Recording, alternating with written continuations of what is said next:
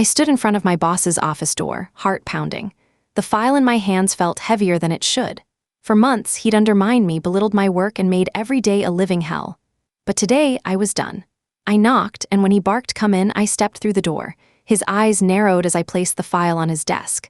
"I know what you did," I said, my voice steady. He leaned back in his chair, smirking. "You think you've got proof? You're just another disgruntled employee." I leaned forward. "You're right, I'm disgruntled, but I'm not going to let you destroy me anymore." The story started 2 years ago when I joined this company. I was eager, ambitious, and ready to prove myself. But from day one, my boss, David, made it clear he didn't want me around. He'd interrupt my meetings, mock my ideas, and take credit for my work. Colleagues would look away when he entered the room. I tried to ignore it, but the stress was unbearable. Every project felt like a battle. I'd stay late, work weekends, and take on extra tasks just to survive. But no matter how hard I worked, David always found a way to undermine me. One day I found out David had taken credit for a major project I'd led. My team was confused and I was furious. When I confronted him, he laughed. "You think you're the only one who can do this? I'm the one who makes the decisions here." I tried to explain, but he cut me off.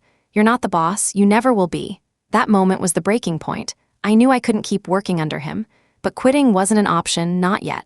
I needed proof, and I needed to be ready. I started gathering evidence, emails, memos, even audio recordings of David's conversations. It wasn't easy. He was always watching, always listening, but I was careful. Every time I thought I had enough, he'd find a way to sabotage me. Once, I left a folder on his desk with all the evidence, but the next morning it was gone. I knew he was onto me, but I wasn't giving up. I needed to be ready for the moment I'd confront him, and that moment was coming. I knew I had to be strategic. I couldn't just walk in and accuse him, that would make me look crazy. I needed to be prepared, to have everything ready. I spent weeks gathering evidence, cross-checking dates, and making sure I had airtight proof. But David was always one step ahead. He'd find ways to discredit me, to make me look like the villain. And I knew that if I made a mistake, I'd be the one who got fired. But I had no choice. I was out of options. I had to take the risk. The day of the confrontation came, and I was ready. I walked into David's office with the file in hand, my heart pounding. He looked up, surprised. "What's this?" I placed the file on his desk and leaned forward. "I know what you did. You took credit for my work, undermined me, and made my life a living hell. But I have proof, and I'm not going to let you get away with it anymore." He laughed, but there was no humor in it. "You think you've got me. You're just another disgruntled employee." I smiled. "No, David, I'm not disgruntled. I'm ready." David's face turned pale as he looked at the file. "You can't do this. You don't have enough proof." I opened the file, revealing emails, memos, and even audio recordings of his conversations. "I have everything, David, and I'm not going to let you destroy my career anymore." He looked at me, stunned. "You think this is over? You think you've won?" I smiled. "No, David, this is just the beginning." David's face turned red as he realized the truth. He tried to deny it, but I had all the proof.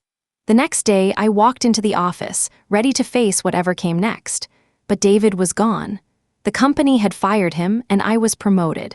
It wasn't the victory I'd imagined, but it was enough. I had stood up for myself, and I had survived. Looking back, I realized that standing up to David was the hardest thing I've ever done, but it was also the most important. I learned that I was stronger than I thought, and that I had the power to change my life. And if you're reading this, I hope you know that you're not alone. No matter how bad things seem, there's always a way out.